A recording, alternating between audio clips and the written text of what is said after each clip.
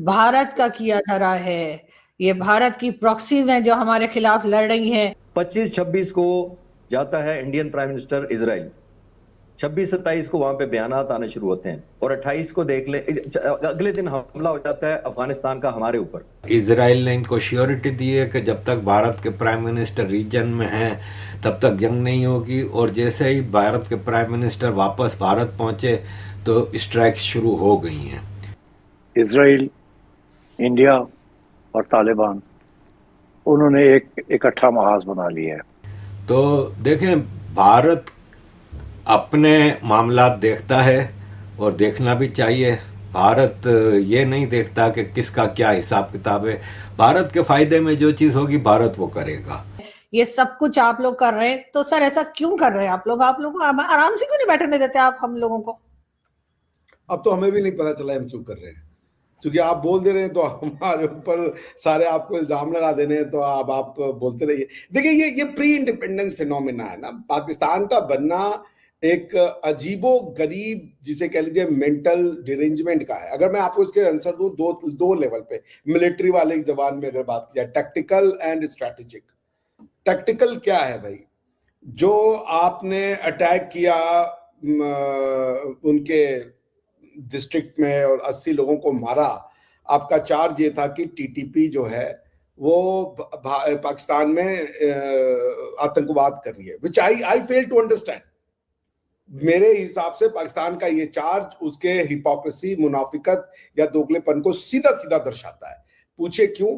क्योंकि आपने इसी चीज की लड़ाई लड़के तालिबान को बनाया, और आपने इसी चीज की लड़ाई के लिए कि वहां पे एक इस्लामिक सरकार आएगी, आपने वहां की जो गवर्नमेंट थी घई साहब की, गनी साहब की, और दूसरी गवर्नमेंट, उसको आप हटा दिया आपने वहां से। तो आज जब वो चाहते हैं, मैं कहता हूं मान लीजिए टीटीपी अफगानिस्तान से आ रही है, मान लीजिए टीटीपी अफगानिस्तान से आ रही है, हालांकि उनका तो चार्ज ये है कि भाई सारा एरिया बंद है, जो आप हमारे ऊपर लगाते थे कश्मीर में कि भाई इन्होंने इतनी बड़ी फेंसिंग कर रखी है, और दो लेयर की फेंसिंग है, एक फेंसिंग के बाद 500 मीटर का वो है, फिर दूसरी लेयर ऑफ फेंसिंग है, तो कैसे आदमी आ जा सकता है? ये तो देखिए लॉ ऑफ कर्मा।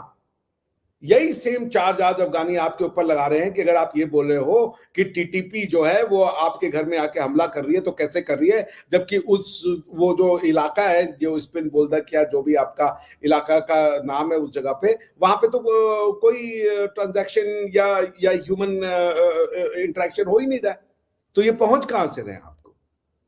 तो देखिए, अब आप ये बोलिए ये भारत ने करवा दिया, मतलब हम इस्लामिक रिपब्लिक अफगानिस्तान के ऊपर हम चढ़ बैठे, मतलब हमने उनके इस्लामिक माइंडसेट को वो करप्ट कर दिया है। तो ये सब बातें अब आपकी आपकी थ्योरी फेल हो रही है। मैंने बार बार कहा पॉलिटिकल साइंस आप पढ़िए वापस से जाके। आप एज अ स्टेट फेल हो गए, आप इंटरनली फेल हो गए, एक्सटर्नली फेल हो गए। मतलब आप ना तो अपने नेबर्स के साथ अच्छे रिश्ते बना पा रहे हो, और ना किसी और के साथ आप अपने रिश्ते बना पा रहे हैं। तो आपको किताबों में जाकर के बैठना पड़ेगा। अभी तक आपके मन में जो बन रहे हैं, एक बात है, आपके रिश्ते अच्छे बन रहे हैं अपने नेबर्स के साथ। बांग्लादेश से आप नाराज हैं, चाइना से आप नाराज हैं, पाकिस्तान से आपकी नहीं बन रही, तो सर क्या आपके रिश्ते बन रहे हैं? तो ये तो सर शायद ह्यूमन नेचर है ना, अगर आपके नहीं बन पा रहे तो हमारे भी हर एक से नहीं बन पा रहे, फिर तो उसको इस तरह भी लिया जा सकता है। बहुत ही गलत एनालिसिस है आपका। जो इस्लामिक है वो आपका उम्मा है, वो हम बांग्लादेश के साथ उम्मा नहीं डिक्लेयर करते। उम्मा का चुम्मा आप ले रही हैं अफगानिस्तान और ईरान के साथ। हम नहीं कह रहे कि बांग्लादेश, बल्कि बांग्लादेश आपका उम्मा है, तो हमारा तो वो दुश्मन हुआ, क्योंकि तो पाकिस्तान है, वो एक्स पाकिस्तान है ना भाई वो। तो ये एनालिसिस ही आपकी गलत है कि वो हमसे नाराज है, वो तो आपके साथ दोस्ती। तो हम भी तो एक्स हिंदुस्तान है ना, हम भी तो एक्स हिंदुस्तान है। अगर वो एक्स पाकिस्तान है तो कुछ लिहाज ही कर लीजिए हमारा। आपकी किताबों में लिखा है कि वो एक्स पाकिस्तान है, वो तो जमात इस्लामी बार बार कह रहा है पाकिस्तान जिंदाबाद, हम तो पाकिस्तान को पसंद करते हैं। आप क्या पे कहेंगे हिंदुस्तान जिंदाबाद, हम भारतीय हैं, हम इंडियन हैं? आपकी किताबों में पढ़ाएंगे? वो तो जमात इस्लामी आपके फेवर में वहां पे रैलियां निकाल रही है, उनके आर्मी के और वो दोनों मिलकर के बैठे हुए हैं आपस में। अभी फकर भाई बता रहे थे कि उनके नेवी वाले चीफ आ रहे हैं, आर्मी के चीफ आ रहे हैं। तो कंपैरिजन तो लाइकवाइज कीजिए ना। बांग्लादेश के अलावा किसके साथ हमारी लड़ाई झड़प हो रही है? बांग्लादेश के साथ हमने कब लड़ाई लड़ी है? अरे सॉरी, नेपाल के साथ कब लड़ाई लड़ ली हमने? चाइना के साथ जो हमारी लड़ाई हुई थी गलवान में, वो मुश्किल से झड़प हुई, उसके बाद से तो कोई ऐसी बातचीत हमारे साथ हुई नहीं है उनकी कि हमारी उनके रिश्ते खराब हो। ट्रेड उनके साथ चल रहा है हमारा। मगर ये कि हम ओपन वॉर डिक्लेयर कर दे चाइना के साथ, ऐसा कभी हुआ हो? जबकि हमारी तो 1962 में एक वॉर हो भी चुकी है। तो पॉइंट ये कि आप अपना आपका जो है नेबरहुड वो इस्लामिक उम्मा के नाम पे बना हुआ है। हमारा जो नेबरहुड है उसमें कोई एक वो कोहेजन नहीं है, हम सिर्फ डेमोक्रेसी है, बाकी हमारे आसपास सारे नॉन डेमोक्रेटिक कंट्री है। चाइना क्या डेमोक्रेसी है? सर हम तो आपको भी इस्लामिक नेशन बनाने वाले थे, आपने पहले हमें साइड पे कर दिया 1947 में, नहीं तो अभी तक हम भारत को भी गजवा हिंद करके जो है ना हमने बना दिया होता, इस वक्त आप वो नवाज वाली टोपी पहन के बैठे हुए होते अफ्तार के टाइम पे, जहां लिखा होता डॉक्टर अब्दुल्ला बिन चीमा मिश्रा, ऐसा ही कुछ नाम अगर कुछ डॉक्टर साहब को आप जवाब देंगे ये क्या हो रहा है कि वो बार बार पाकिस्तान भारत का नाम क्यों ले रहा है? एक मैंने क्वेश्चन क्या पूछा कि फखर भाई मुझे जवाब देंगे, मैं बस इतना कह रहा हूं कि आप जो भी कीजिए ये प्रॉब्लम एक है, बस मैं कह के चुप हो जाऊंगा, उसका नाम है कि आपकी अफगानिस्तान की, आपकी भारत की लड़ाई में आप कॉमन है, आप बेसिक जो ट्रांजैक्शन है उसको समझ नहीं पा रहे हैं। ये लड़ाई समझ और ना समझ की है, ये कोई और चीज की लड़ाई है ही नहीं। जी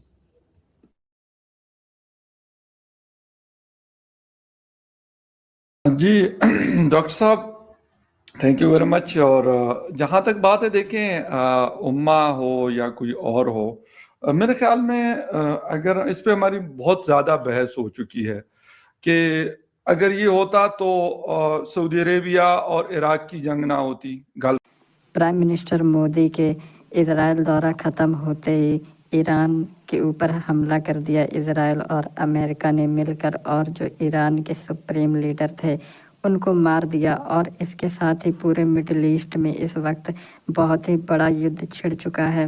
वहीं दूसरी तरफ तालिबान भी पाकिस्तान के ऊपर स्ट्राइक कर रहा है, और पाकिस्तान इस समय मुंह छुपाता हुआ घूम रहा है, क्योंकि उसे समझ नहीं आ रही कि तालिबान को छेड़ने के बाद अब तालिबान से किस तरह से डील करना है, क्योंकि तालिबान इस समय अल्ट्रा एग्रेसिव मोड पर है। और पाकिस्तान के जो बड़े बड़े एक्सपर्ट्स और न्यूज़ चैनल हैं वो ये कह रहे हैं कि भारत इसके पीछे है, भारत और इजराइल का जो नेक्सस है वो मिलकर तालिबान को हथियार और फंडिंग दे रहे हैं, जिसकी वजह से तालिबान इतने ज़्यादा हमले कर पा रहा है हमारे ऊपर, क्योंकि तालिबान के पास इतने ज़्यादा हथियार आखिर कहाँ से आए और इतनी ज़्यादा टेक्नोलॉजी तालिबान के पास कहाँ से आई, ये सिर्फ इंडिया और इजराइल ही उन्हें दे सकते हैं।